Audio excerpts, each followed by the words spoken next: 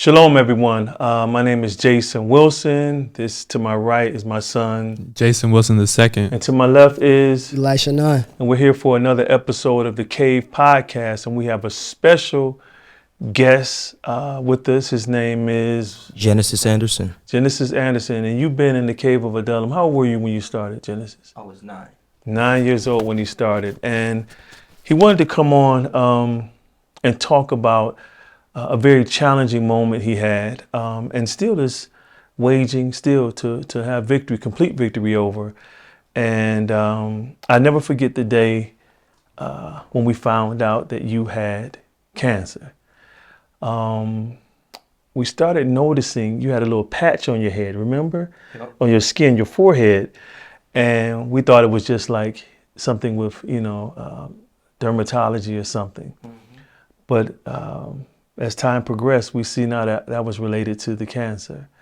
And so do you guys remember that time? It was during the pandemic. Virtual. And we were doing virtual training right in the midst of a session, and you just went to the doctor to get the MRI, correct? Yep. What happened during that moment when, how did you feel when you found out you had cancer? And what was the mood of the room? Because I know your mother and father was there as well. So in this time specifically, it was just my dad. Okay. We had traveled up to Detroit so that we could get the MRIs and stuff set up.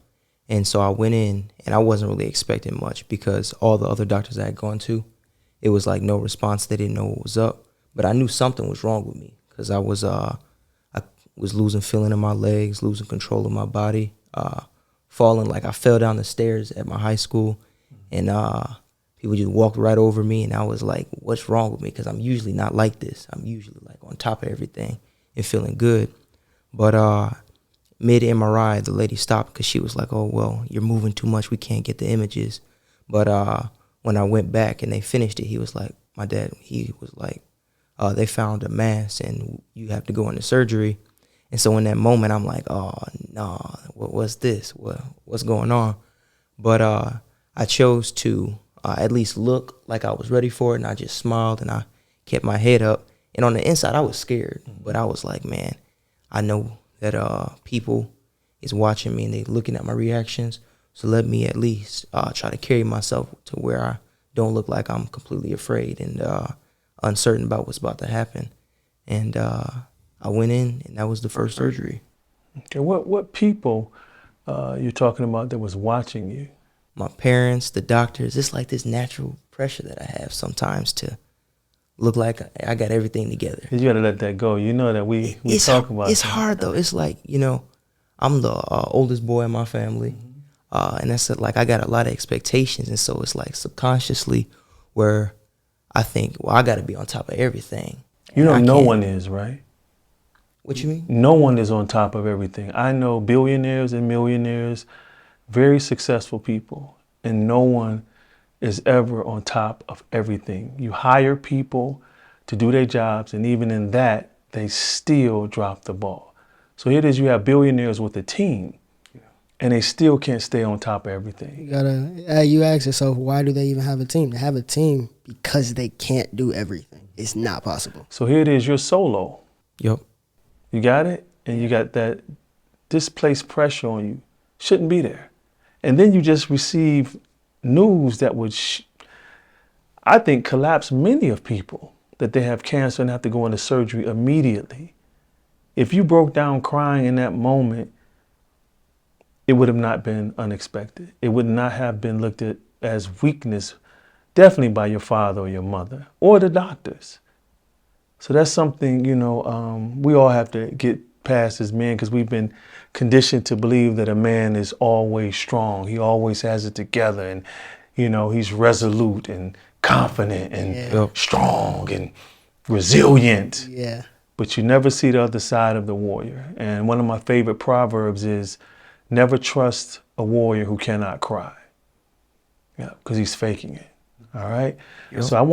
So when that happened, we were in the midst of a virtual training. I remember this. And your grandmother gets on the screen and says, hey, we need you guys to pray. And then she just informs us that you had to go into surgery for cancer. It was so random too. Like Yeah, we were it having a was. great class, and then it was just like, whoa. Whoa. And we started praying for you. And, I started crying, and I'm your teacher, and so, because I remember, I know how much pressure it was on your parents, and we just couldn't find out what it was. We Yep. actually, we We went drove to, down there and, yeah, and, and visited you guys in Ohio. Yep. And so when that happened, we raced to the hospital. I was down there. I couldn't get in because of COVID. And I never forgot, I blew the shofar in the parking structure, asking for Yah to give you victory and to guide the hands of the surgeon and wage the war for us that we can't see.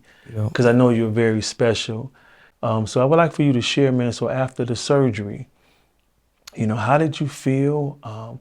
Did you have any anger? Was you scared? Were you even frustrated at the Most High? Talk us through that. So in this moment, I was a little bit concerned, but at the same time, I had a lot of faith. And my mentality was, I got Yah on my side, so I know I'm going to get through this. And because of that, there were my father would pull the doctors out of the room because he didn't want them talking in front of me. But I knew that there was something else besides just a tumor because of the way that they were like, oh, chemo, radiation. Because at first they just said, you got a tumor or a mass. And I was like, okay, but why? What's also going on? And so he was trying to protect me. And I think it was a great thing that he did that. But at the same time, my confidence in Yah and just seeing, I've looked into the face of death several times in my life, and I've had many close cases. The last time I had been at that hospital, I had fallen out of a window. And it's like those things happen, and then you get to the point where you're like, I got Yah on my side.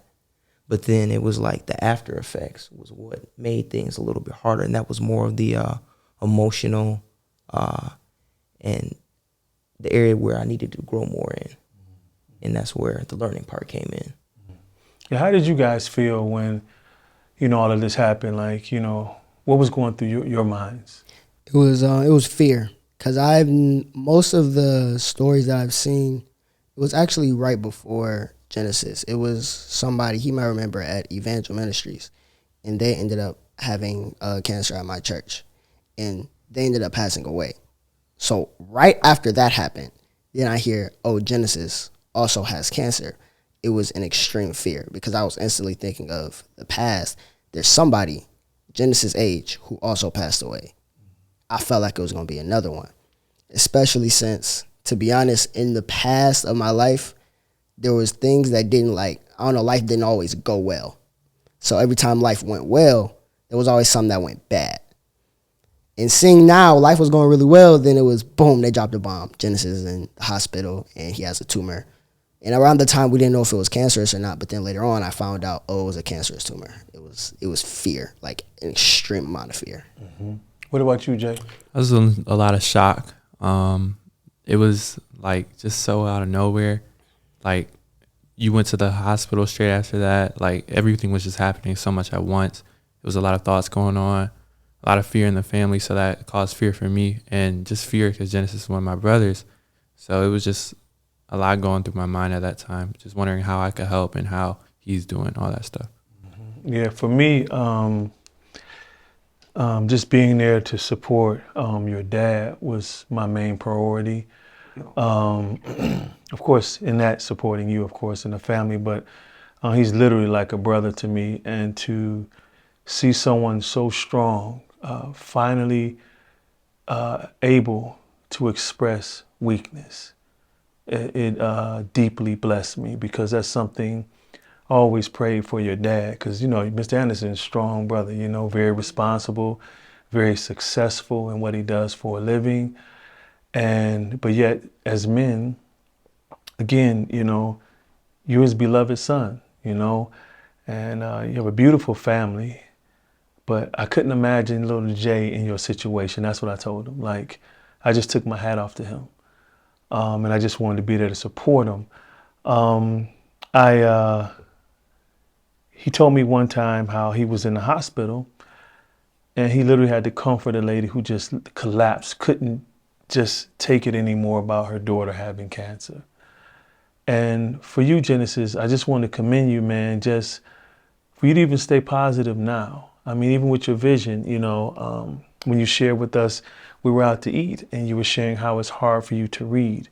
And so for everyone who's watching and listening, Genesis, and I got 2 students here as a witness, who would you say was the most articulate student in the beginning? Damn, man. I remember being like 7, 8. He pulling out big words that my mom didn't even know. Like, what are you? My mom did writing in English. What is that word? Yeah, Right. yeah. And he was always a leader trying to encourage and push people.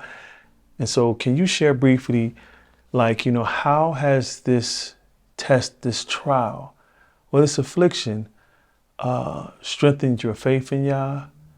Say even humbled you, because I know you were even prayed for that as well. You actually said you prayed to be broken as well, right? Yeah. So could you talk on that a little bit? So around that time, my dad was studying what it meant to be broken.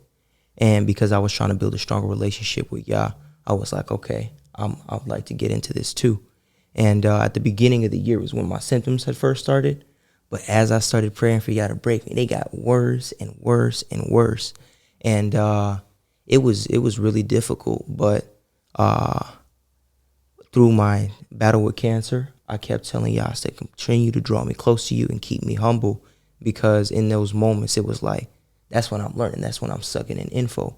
And so even now when like I told you a while back, it hurts me when I train. And it hurts me when I go to the gym because I still have some after effects. But I don't let those things stop me because I know that the pain is what brings, it's like when the scripture talks about gold being tested by fire and iron being sharpened by iron. You can't grow if you just in a field of daisies.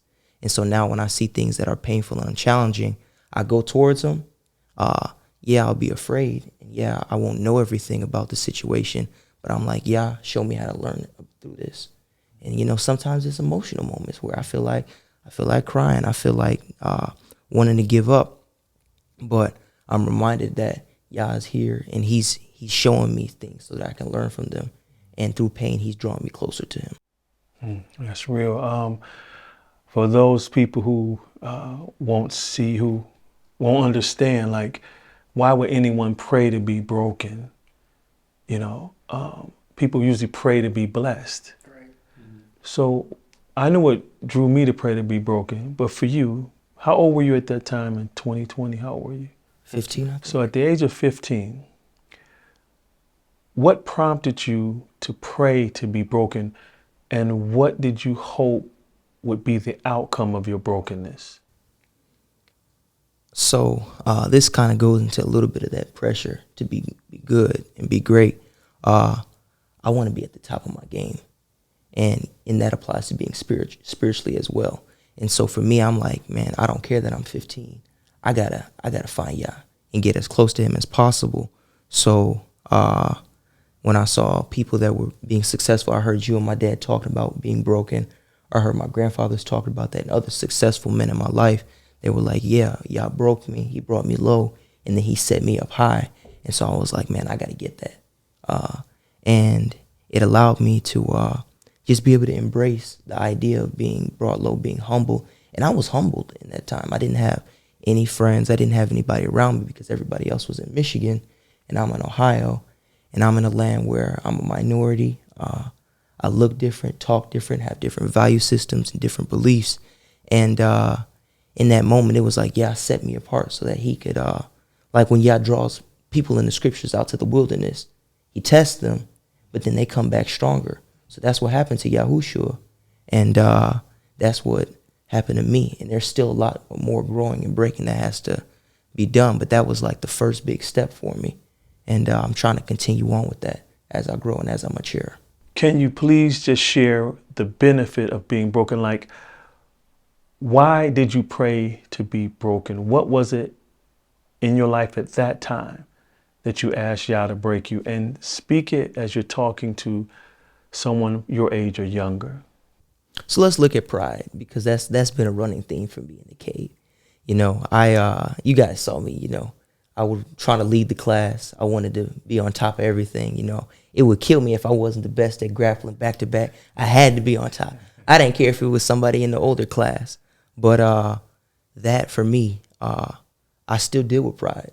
It's something that's still an issue because it's like I know my potential, and I don't like when other people either I will be at that same level as me, or if it makes me feel like I have less, you know. And it's a challenge for me sometimes because I gotta be like, kill that pride and let other people step up and show themselves. So like when I was at the cave, when like Ben and I was the spokesman, I was kind of like, man, I'm the guy that kind of does the interviews and stuff. You know, they come to put the microphone in my face. But then as I got older, I was like, you know what? I'm glad that he was able to do those things because it's not my job to be at the front of everything all the time. And that's arrogance, and that's me wanting to be the center of attention. And when I'm doing that, I'm pulling away from y'all's attention. So now it's my job to give Yahoo the glory instead of me getting it for myself. Good. So that right there, I would say, is your root cause for your prayer to be broken. Of course, the end result would be to grow closer to him. But you saw something that was directly in the way of Yah using you. And we know what the scriptures say about pride. It's one of the 6 things he hates, right? Yep. So for you two, is there anything in your lives, like right now, that you know if Yah could break it away, you will be stronger, not only for him, but you will be truly able to walk in what you feel he's called you to do? For me, in a way, it's pride, but I guess in a different manner. Also, like idolization of people. Unpack that. What you mean by So when I say idolization of people is I had a habit, and I still do have a habit of putting people on a pedestal, right? Like I didn't really understand what it truly means to be human and what it means to be a sinner and how much we really do need God's grace. And this first initially happened with my father and my mother, of course, because as a kid, they're like the superheroes in your life. When they divorced, right? And like divorced parents, if you have divorced parents, you know, they talk mess about each other, right? Like they're gonna say side comments, etc. So as a kid, I'm hearing bad stuff about my father. I'm hearing bad stuff about my mother. These are people I idolize as superheroes. And it broke me in a way. I'm not gonna say like I was completely shattered, but it hurt. And I kept that same self-idolization. That didn't completely end it. Eventually, I ended up just seeing the wrongs in everyone. I saw the wrongs in my older brothers, my older siblings, people that I think are supposed to be so special and so, like, they're so above me. And a long process happened, but once I was able to see how much people are messed up in general, but then also seeing how much God still favors them, I was like, okay, now I was able to truly understand God's grace in a way, understanding how much he does love us, how much that he does care for us. And that was important to me because I had a habit of whenever I sinned, I would turn away from God because I was ashamed. So when I was addicted to pornography, one of the reasons it took me a while to break pornography is because every time I fell back into it, I just start beating myself up. I didn't feel like I could go back to God because it's like, you just intentionally did that. You did that knowing it was a sin and still did it. But once I stepped out of that, it was like, okay. I was able to actually, one, break pornography because I understood I put less pressure on myself in a way, right? I wasn't beating myself up. I was able to fall and then rise right after I fell. And that was really important to me, breaking self-idolization or idolization of anybody. That's really good. Thanks, Elisha, for sharing. That's good. Jay, what about you? Probably just being different from everyone else. Unpack that. What do you mean being different from everyone else? If you could break that away, how would that help you walk in what you feel the Most High called you to do? For me, I would say it's so hard to not fit into what's comfortable, like being uncomfortable with what you have to do. Like, because most of people's like tasks are probably going to be something that's unlike the culture because it has to fulfill God's needs, fulfill God's purpose. So if you're not fulfilling God's purpose, then you're basically fitting in with the culture because God's purpose is good. The culture is evil. And it's like, for me, getting away from the culture is hard because I'm surrounded by so many people who's not trying to fulfill their purpose and their will. So I feel like that would be the best thing for me. What is your mindset, even so young, that it didn't really faze you if you didn't fit in with people who said they were cool? I mean, even you didn't get caught up in the clothes, the shoes, none of that stuff. What made you that way? So it's like a mixture of pride, and good and bad good, pride. that's good. Okay. So Elisha and Jason saw me growing up, you know. So sometimes I would be fine with beefing with people, even in the cave. And I could be like dead wrong sometimes. And that was a maturity issue for me. But it's like a confidence that sometimes can become pride, and then sometimes it can be used for Yah. So like when I was in high school, I chose not to connect with people and individuals because their value systems were so far from mine. And even young ladies, they wanted to get action, you know. Yeah. I don't get down like that. Yeah. And so I would set the bar real high, and I let people know. So I wound up having maybe one friend, and she and I were cool. We talked about the word, and she's still cool with my younger brother. She's a little bit younger than me, but I had to find people, and it's like Elisha, other people in the cave. It's a small amount of people that want to think like you and grow like you, but if you are willing to start off small, then that community is it's gonna take some time, but it's gonna grow, and more people are gonna be like you. So you see more of a benefit in being set apart than trying to be a part of the crowd. I mean, isn't that what the scriptures Oh about? no, I'm asking. Yeah. I got an interview, so yeah, I mean, I agree. Yeah. So for me, it's like if I stand out, and if I'm around a worldly group, then I feel like I'm doing the right thing, because everybody else's value system is saying one thing. But if I know what the scripture says, and I'm standing out because I'm following the scripture, I'm okay with that. Even if I look like the bad guy, even if I look mean, or I'm not what is desirable to people, I'm gonna stand where I stand. I draw the line in the sand, and I'm like, you either with me or you against me. And most of the time, people didn't want to join me in the sand. But I'm gonna be okay, and I'm gonna stand where I am, and I'm gonna be proud of that, regardless of how other people feel. That's a very strong attribute and conviction to have. You know, I know grown men struggle with people pleasing and trying to fit in. You know, straight up men 50 years old and older. And I often say that the most unhappiest people I ever met were the ones who tried to make everyone happy.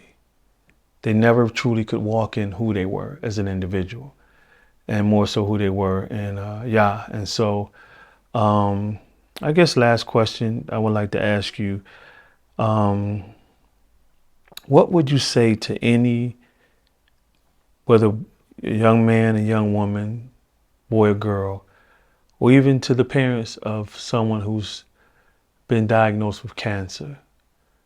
First thing, what would you say to the girl or the boy?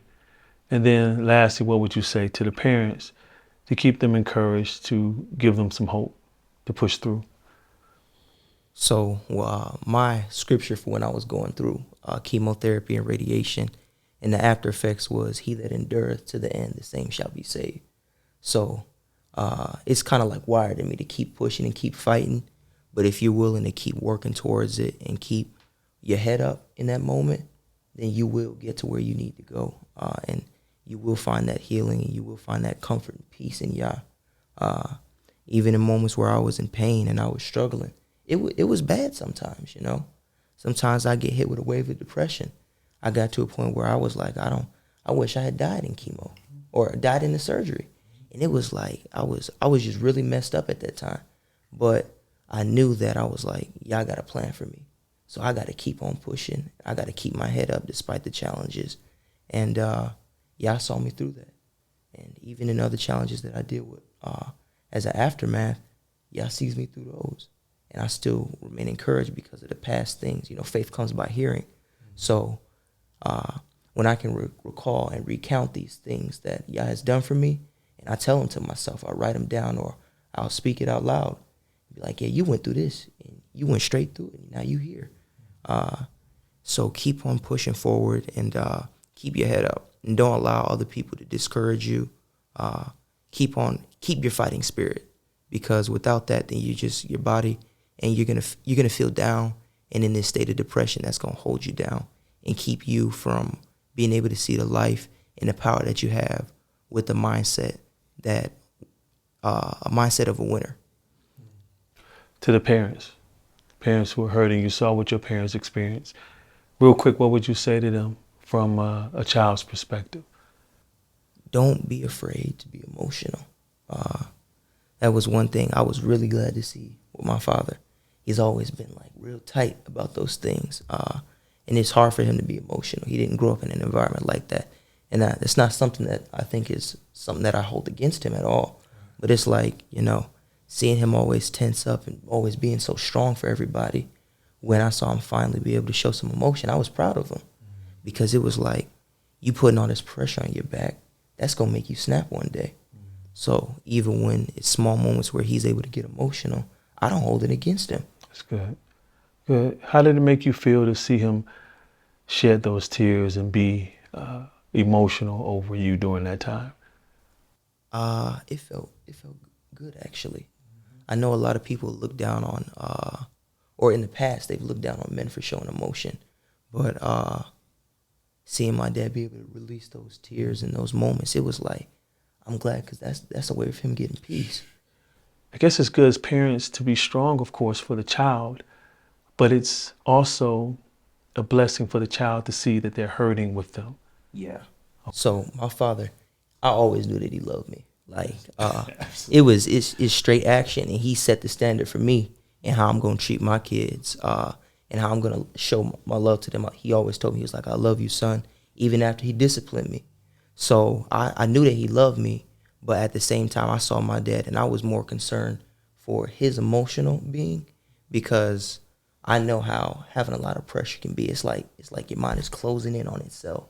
And when I saw him be able to release some of that emotion, and he came to you one of his friends that I was like, I have a lot of respect for you. I trust you.